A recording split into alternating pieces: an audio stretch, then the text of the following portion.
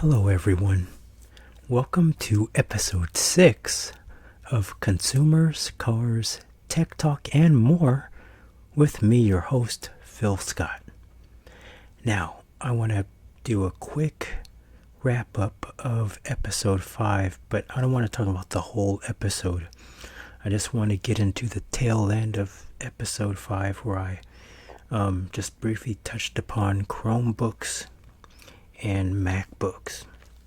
I'll be getting a little more into MacBooks in episode 6 as I'll be talking about editing computers for back to school use or any time because it's quite important to have a good computer with a dedicated graphics card for video editing.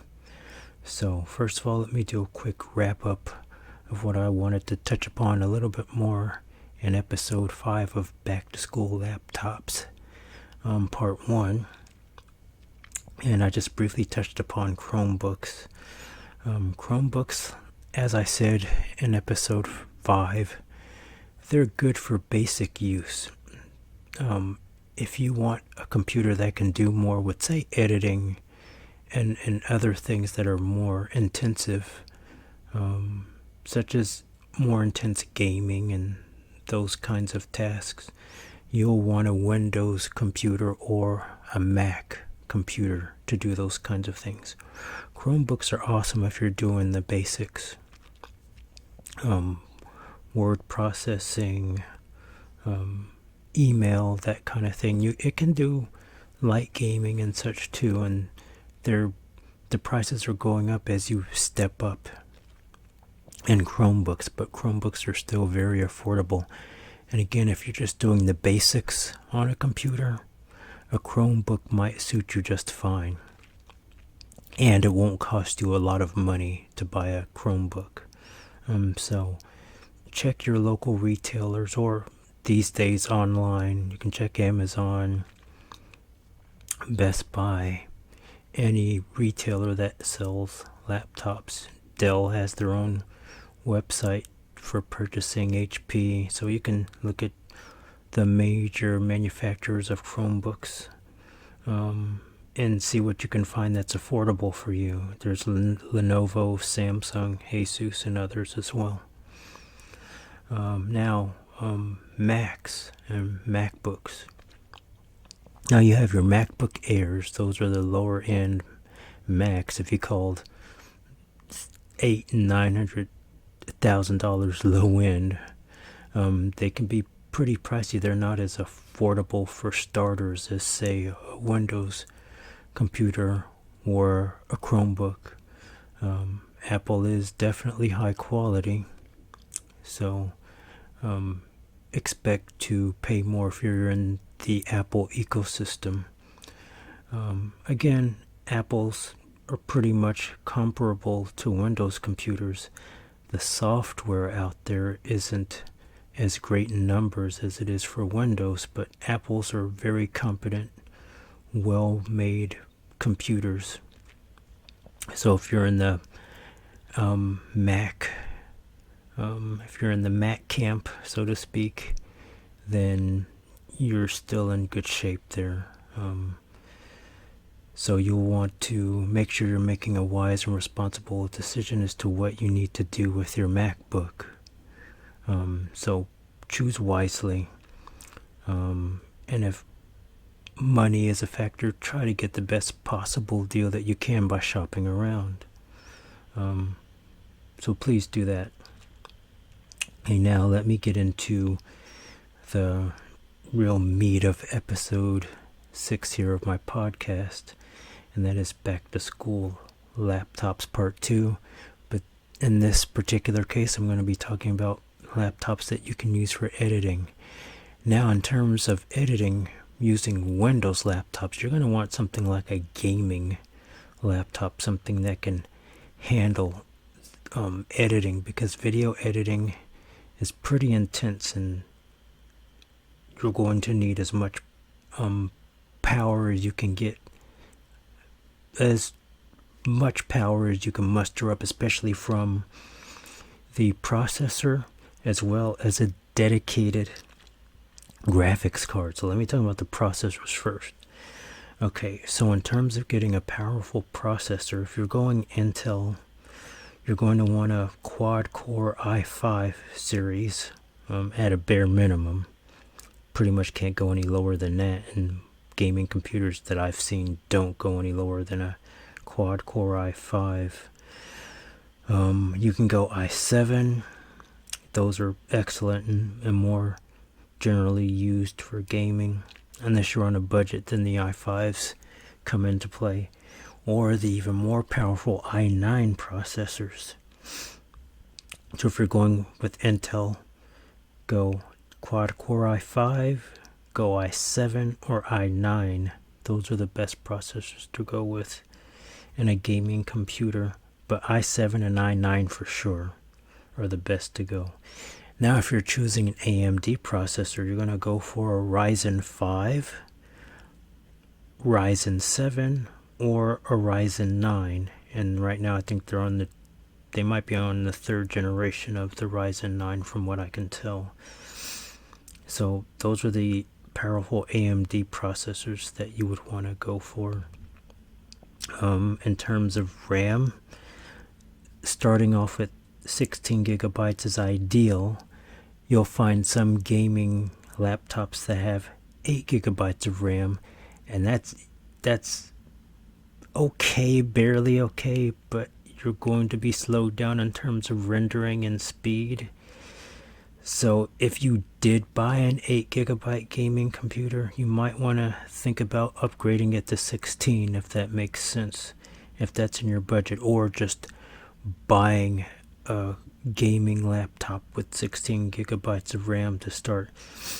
Go up to 32 or 64 gigs, but 16, you can start off there for sure and be okay. Definitely okay. Now, dedicated video cards or graphic cards are needed when you're doing editing on a laptop. Now, one thing I wanted to add in too is, like, some people prefer, and it's a good idea if you have a powerful desktop to do video editing. But in this day and age, a lot of people don't want to be tied down to a desktop. I haven't purchased a desktop computer in almost 14 years. So I decided back then that that would be probably my last desktop that I would just actively seek out and buy, and it was, because 4 years later, I had laptops before that, but my exclusive computer after that and going forward was a laptop, and has been laptops. So desktops are ideal for it, but most people are using laptops now, so that's why I suggested gaming laptops, because you get both the powerful processor and you get the dedicated graphics cards. Now, getting back to the graphics cards on Windows gaming computers, you have the NVIDIA GeForce series of cards. Now, all GeForce cards aren't created equally. Some are okay for gaming and just okay for gaming, but when it gets to more intensive work like video editing, not so much. So what I would suggest is, for instance, you have the Adobe software, and when you're editing with Adobe Premiere, they have a listing on their site of which graphics cards will work with their software, and I found that quite useful shopping for a laptop. The NVIDIA GeForce, that you have the 1660 Ti card, that's very good for editing. And then you have the 2000 series, you have the RTX 2060, 2070, and you want to check Adobe's website to see which one of those graphics cards are the best for editing. They also have 2080 that's supposed to be excellent. So go to whatever software company's website that you're using for editing before you buy your computer and see if that graphics card is going to work for you, because if you get a weak NVIDIA GeForce card, for instance, you're going to be crap out of luck when you're trying to edit if it's not the right card. And that's something I had to be mindful of doing, and everyone needs to be mindful of doing. So make sure your software can handle using the card that's in your laptop. So do that ahead of time. Make sure you've got the right card ahead of time, or else you may make a bad choice with your purchase. Now, AMD, they have their own graphics cards. Now, I'm going to jump over to MacBooks in a minute, but they have the AMD Radeon Pro series, the 5500M series, that's in MacBooks anyway, that's appropriate for editing. Let me jump back to Windows for just a moment here. In terms of various brands of Windows gaming computers, you have the Dell Alienware series that are quite popular.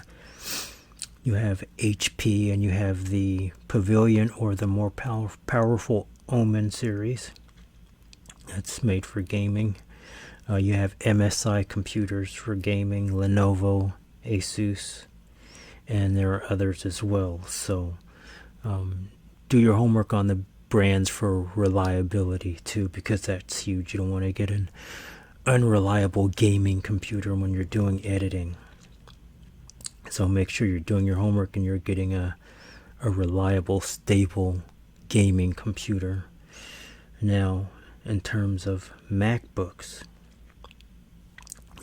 a MacBook Air is probably not going to do you any good for editing. You're going to need a MacBook Pro laptop, something with a dedicated graphics card that will allow you to do editing. Like I said, and the MacBooks that I've seen lately, they've got the AMD Radeon cards. But check, because there may be some out there, especially some older ones, with the NVIDIA cards. But do your homework, because right now that I'm aware of, the high-end MacBooks are using AMD Radeon Pro cards, but some may be using NVIDIA cards. Like I said, I know some of the older ones probably are, but do your homework, especially if you're buying a newer computer. Again, MacBooks are excellent editing computers. In terms of the software for editing for MacBooks, you've got Final Cut Pro. That's the creme de la creme for Apple computers. And the basic software, iMovie, is good if you're just doing basic video software on Apples. And that, even iMovie comes on iPads and iPhones and such, and Macs and MacBooks. But if you're doing more intensive stuff, Final Cut Pro is probably the way to go with the MacBook. In terms of Windows computers, Adobe Premiere is the standard, it seems. But there's also some other software out there. I'm going to actually talk about, because Adobe Premiere is very good. It's excellent for what you need to do, but it's very expensive. So there is some free editing software out there for Windows computers, and I'm sure there's some free software for Apple too that works just fine. You have DaVinci Resolve, that's supposed to be an excellent one, and I'm going to try that one out.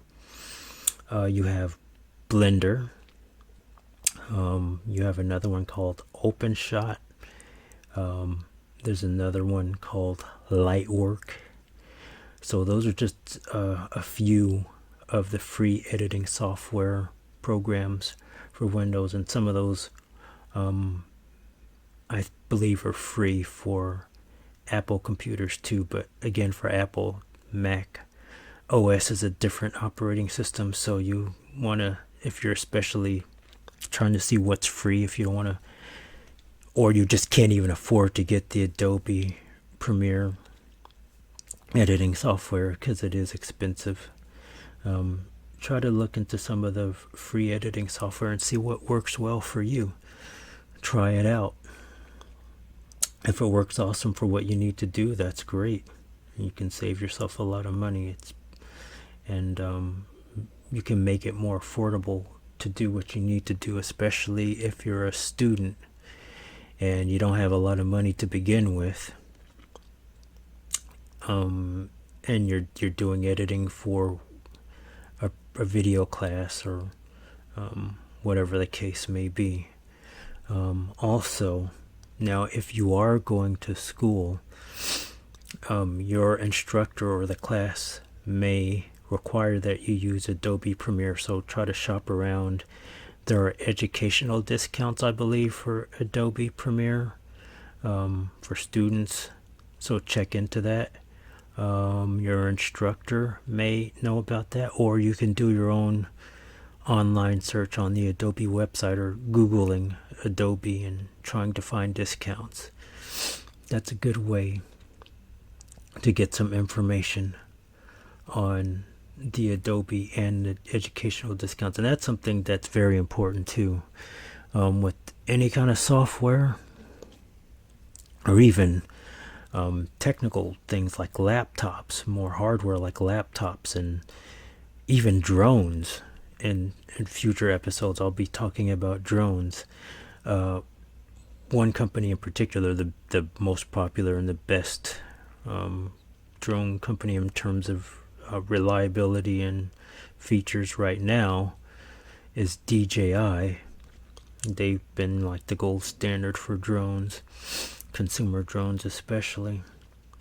They even have educational discounts for drones, so you can save some money there by going on their website, going under discounts, and you'll find educational discounts. You'll have to show proof that you're a student, obviously, but it's a good way to get a discount on hardware, whether it's drones. And again, a store like Best Buy, I'm not just propping up Best Buy, but I noticed this on their website because I tend to be on there a lot. But Best Buy has student deals on laptops, and Best Buy isn't the only store out there. There are other stores that sell laptops too. So go online, do your research, and see which stores. And like I said, also too, if you go to a big company's website like HP or Dell or Lenovo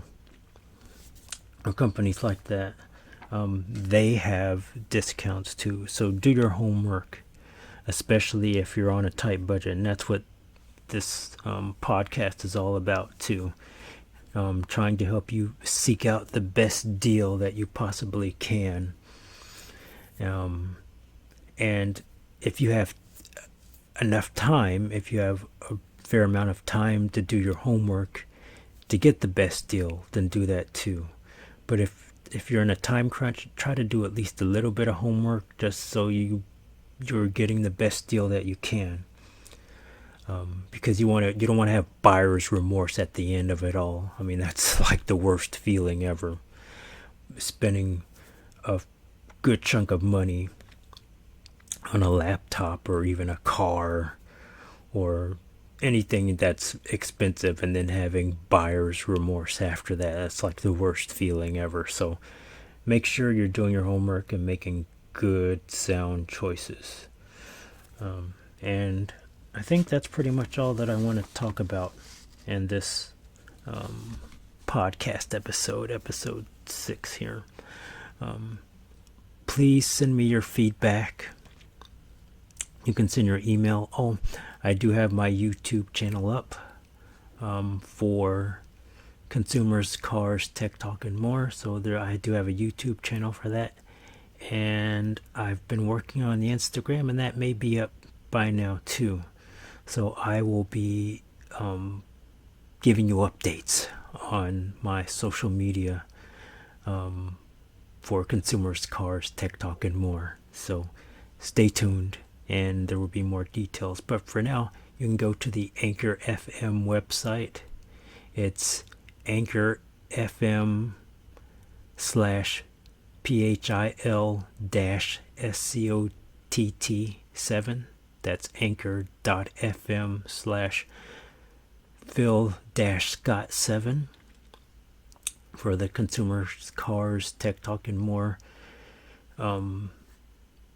site here, a podcast site, and you can leave a message for me there if you'd like. So I'd appreciate that. Your feedback is welcome. I appreciate all the listeners to this podcast, so please keep listening. With that, I will end episode 6. Everyone stay safe, be careful out there, and I will talk to you next time. Take care, everyone, and thank you for listening. Bye-bye.